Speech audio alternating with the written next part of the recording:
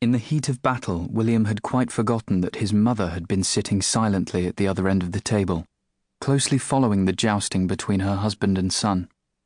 William was well prepared to take on his father, but knew he was no match for his mother. He fell silent once again, a silence that his father took advantage of. "What do you have in mind, my lord?" said Sir Julian, tugging at the lapels of his jacket and addressing his wife as if she were a high court judge. "William will be allowed to go to the university of his choice," said Marjorie. "Select the subject he wishes to study, and once he's graduated, follow the career he wants to pursue. And more important, when he does, you will give in gracefully and never raise the subject again." "I confess," said Sir Julian, "that while accepting your wise judgment, I might find the last part difficult." Mother and son burst out laughing. "Am I allowed a plea in mitigation?" asked Sir Julian innocently.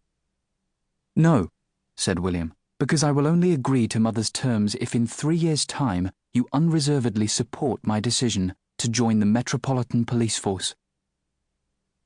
Sir Julian Warwick QC rose from his place at the head of the table, gave his wife a slight bow, and reluctantly said, "If it so please your lordship."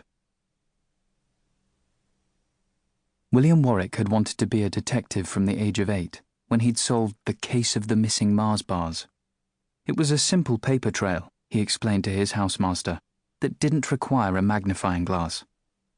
The evidence, sweet papers, had been found in the waste paper basket of the guilty party's study, and the culprit wasn't able to prove he'd spent any of his pocket money in the tuck shop that term. And what made it worse for William was that Adrian Heath was one of his closest pals, and he'd assumed it would be a lifelong friendship. When he discussed it with his father at half-term, the old man said, "We must hope that Adrian has learnt from the experience. Otherwise, who knows what will become of the boy?" Despite William being mocked by his fellow pupils, who dreamt of becoming doctors, lawyers, teachers, even accountants, the careers master showed no surprise when William informed him that he was going to be a detective. After all, the other boys had nicknamed him Sherlock before the end of his first term. William's father, Sir Julian Warwick Baronet, had wanted his son to go up to Oxford and read law, just as he'd done 30 years before. But despite his father's best efforts, William had remained determined to join the police force the day he left school. The two stubborn men finally reached a compromise approved of by his mother. William would go to London University and read art history, a subject his father refused to take seriously.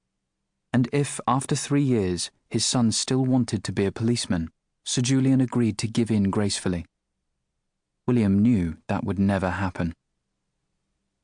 William enjoyed every moment of his 3 years at King's College London, where he fell in love several times. First with Hannah and Rembrandt, followed by Judy and Turner, and finally Rachel and Hockney, before settling down with Caravaggio, an affair that would last a lifetime, even though his father had pointed out that the great Italian artist had been a murderer and should have been hanged. A good enough reason to abolish the death penalty, William suggested. Once again, father and son didn't agree.